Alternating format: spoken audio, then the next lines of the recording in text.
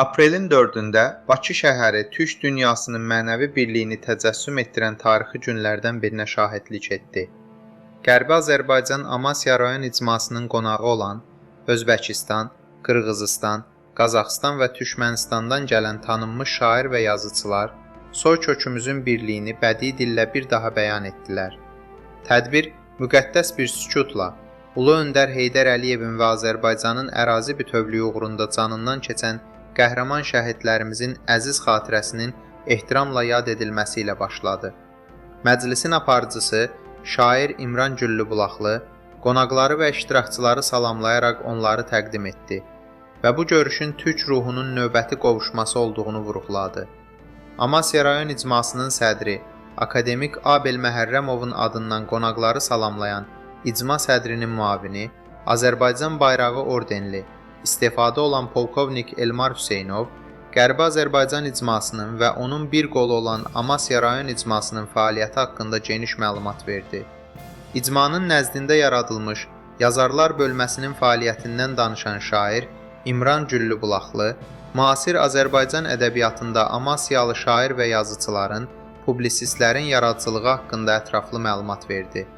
Görüşün ən ilginc və qürurverici məqamı o idi ki, hər bir kəs öz doğma dilində danışır və hamı tərəfindən tam anlaşılırdı.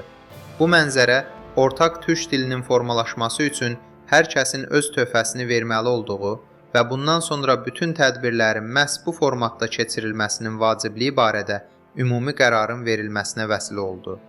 Nümayəndə heyətinin rəhbəri, Özbək şairi Muqimcan Nurbovayır çıxışında xalqlarımızın vahid türk ailəsinə məxsus olduğunu, ortaq mədəniyyətlə bərabər dil və din bağlarımızın sarsılmazlığını vurğuladı.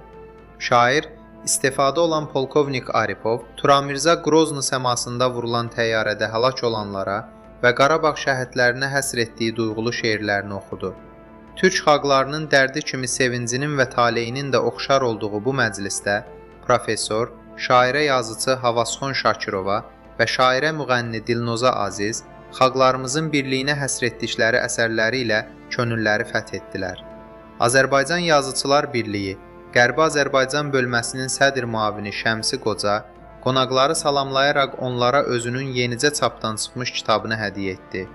Tədbir zamanı bəyan edildi ki, Qırğızıstan Respublikası Təhsil Nazirliyi nəzdindəki Elm və Təhsil Akademiyası tərəfindən bir qrup Azərbaycan yazarı, o cümlədən Amasyalı şairlər Şəmsi Qoca, Zahid Əziz, İmran Güllübulaqlı və professor Həcər Hüseynova, publisist Elbrus Abbasov, türk dünyası ədəbiyyatına verdikləri töhfələrə görə Çingiz Aytmatov qızıl qələm medalı ilə təltif edilmişlər.